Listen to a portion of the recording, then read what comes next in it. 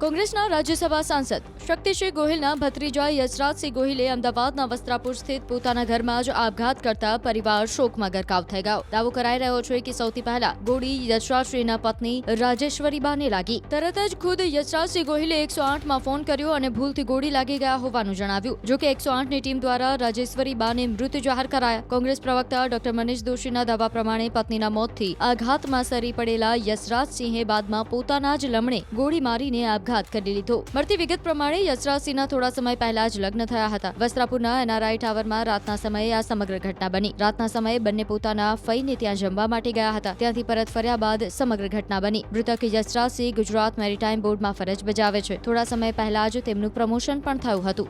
પરિવારની આ દુઃખદ ઘટના અમને સૌના માટે આંચકાજનક છે। જે રીતની ઘટના બની, યુવાન માનનીય શક્તિસિંહજીના ભત્રીજા ભાઈ યશરાજ પોતે તાજેતરમાં જ મેરીટાઈમ બોર્ડની ડિપાર્ટમેન્ટની એક્ઝામ પાસ કરીને એમને હમણાં જ બઢતી મેળવી અધિકારી તરીકે। યુવાન મહેનત કરતા તે પોતે યુપીએસસીની પણ તૈયારી કરતા હતા અને એકદમ સુખી પરિવાર, આનંદિત પરિવાર।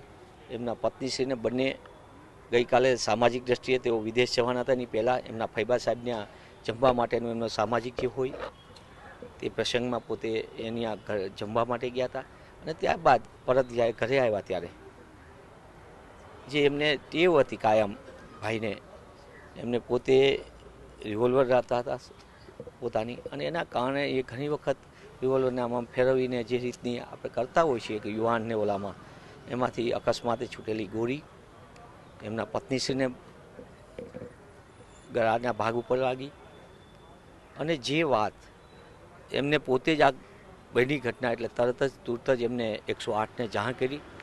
108ને ફ્લેટનું લોકેશનમાં કાંઈક ઓલી હતી, ફરી એમને ફોન કર્યો એટલે એવો પોતે નીચે લેવા પણ ગયા એનઆરઆઈ ટાવરમાં અને જ્યારે 108ની ટીમ આવી ત્યારે એમને એમના પત્નીશ્રીને નિધન થઈ ગયું હતું એટલે નો મોર કીધું। એના કારણે એમને આઘાત લાગતા એમને પોતે પણ એ જ રિવોલ્વરથી પોતાની ઓલાથી પોતાનું જીવન ટૂંકાયું। ઘણી દુઃખદ બાબત। 108ની ટીમે એમને રોકવાનો પણ પ્રયત્ન કર્યો। એમના પરિવાર ઉપર આ વજ્રઘાત છે। એમના પરિવારમાં એમના માતુશ્રી પણ એમની સાથે નહીં રહેતા હતા એનઆરઆઈ ટાવરમાં જ અને થોડા સમયમાં જ એમનો પાસપોર્ટ રિન્યૂ થઈને એમના પત્નીશ્રીનો કે એમનો એના બાબત ચાલતું હતી અને તેઓ વિદેશ હમણાં ફરવા પણ જવાના હતા બંને પતિ પત્ની। એટલે આ એક અમારા સૌના માટે દુઃખદનો છે। માનનીય શક્તિસિંહજીના પરિવાર માટે, એમના શુભેચ્છકો માટે અને અમારા સૌના માટે આ એક દુઃખદ ઘટના છે। ક્યારે લગ્ન થયા હતા? થોડા સમય મારી આગળ જે પ્રાથમિક માહિતી છે મારે માનનીય શક્તિસિંહજી ઘણા આઘાતમાં છે એટલે મેં વિશેષ નથી, પણ થોડા સમય પહેલાં જ એમના લગ્ન પ્રસંગે થયા હતા, એનો સમય બી થોડોક થયો છે, મારી આગળ એક્ઝેક્ટ નથી, પણ હું એટલું નિશ્ચિતપણે કહું એકદમ આનંદિત ભાઈને હું મળેલો છું યશરાજભાઈને અને એકદમ એમને કોઈ વ્યસન નહીં, કોઈ પણ પ્રકારની ઓલી નહીં અને એકદમ ઉત્સાહિત નવજવાન તરીકે એમને બે જ બાબતનો, એક પોતે રિવોલ્વર હંમેશા સાથે રાખતા હતા અને બીજો એમને વાહનનો શોખ હતો।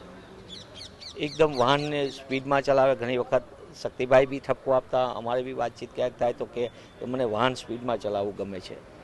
બાકીની વિગતો તમને અનુકૂળતા આવે પણ એટલું નિશ્ચિતપણે છે કે આ સમગ્ર બાબત આપની વચ્ચે કહી રહ્યા છે। અમારા સૌના માટે આ દુઃખદનું છે। અત્યારે સિવિલ હોસ્પિટલનો આ પોસ્ટમોર્ટમ રૂમ છે કે જ્યાં બંનેના અત્યારે પીએમ થઈ રહ્યા છે। જો કે તેઓના પરિવારજનો છે તે અત્યારે અંદર છે અને બંનેનું પોસ્ટમોર્ટમ કર્યા બાદ મૃતદેહ છે તેઓના પરિવારને સોંપી દેવામાં આવશે અને ત્યારબાદ અગ્નિ સંસ્કાર માટે લઈ જવામાં આવશે।